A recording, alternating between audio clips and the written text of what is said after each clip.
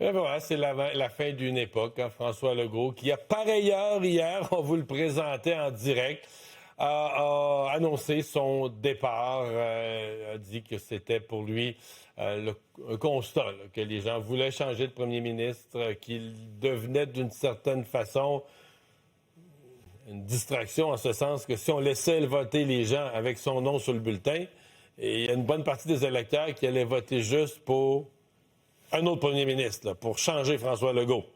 Alors, en se retirant, ils disent je veux qu'on ait un véritable débat au Québec entre partis sur qu'est-ce qu'on veut, les meilleures choses pour le Québec, et non pas un débat qui porte sur sa personne ou sur le besoin de changer de premier ministre. C'est comme ça qu'il s'est retiré. 7 années au pouvoir pour François Legault, qui a, évidemment, fait son possible.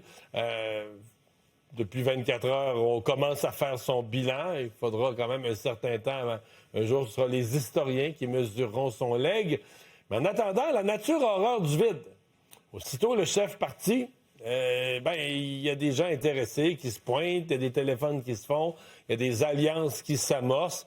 À mon avis, il faut faire vite. Je pense que la CAQ aura un nouveau chef au plus tard en avril. J'oserais dire ce qu'on entend même à la mi-avril, donc à suivre quand est-ce les règles du jeu. Ce matin, la directrice générale, l'organisatrice du parti disait on devrait connaître l'ensemble des règles du jeu, les dates, etc., d'ici au maximum une dizaine de jours. Qui sont les successeurs possibles? Plusieurs ministres du cabinet dont les noms circulent. Simon Jolin Barrette, Geneviève Guilbeault, Sonia Lebel, Christine Fréchette. Bernard Drainville, dans son cas, je suis moins certain qu'il va y aller. Il y a François Bonnardel hier qui a dit qu'il ne faut pas dire non, faut pas l'exclure. Il n'y a rien d'exclu dans sa tête ce matin.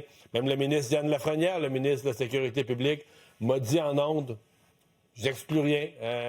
On laisse les portes ouvertes. Donc, ce sera à suivre. Est-ce qu'on pourra avoir une course avec un grand nombre de candidats ou est-ce qu'il va y avoir tout à coup dans l'exercice un grand nombre de ralliements qui va nous laisser avec quelques candidats? C'est ce qu'on va surveiller. Ça va se passer vite, là, hein, d'ici les prochains jours. On va voir tout ça se matérialiser.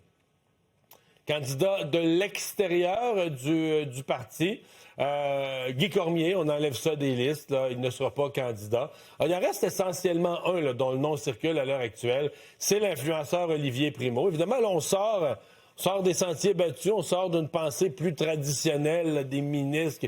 Alors, quelqu'un qui arrive de l'extérieur s'intéresse beaucoup à la chose politique, est connu comme étant un peu dans le créneau politique de la CAQ, donc au centre-droite, nationaliste, sans être indépendantiste. Alors, ce qui pourrait intéresser, je suppose que pour lui, les choses arrivent vite. Là, François Legault annonce ça hier, lui est en affaires.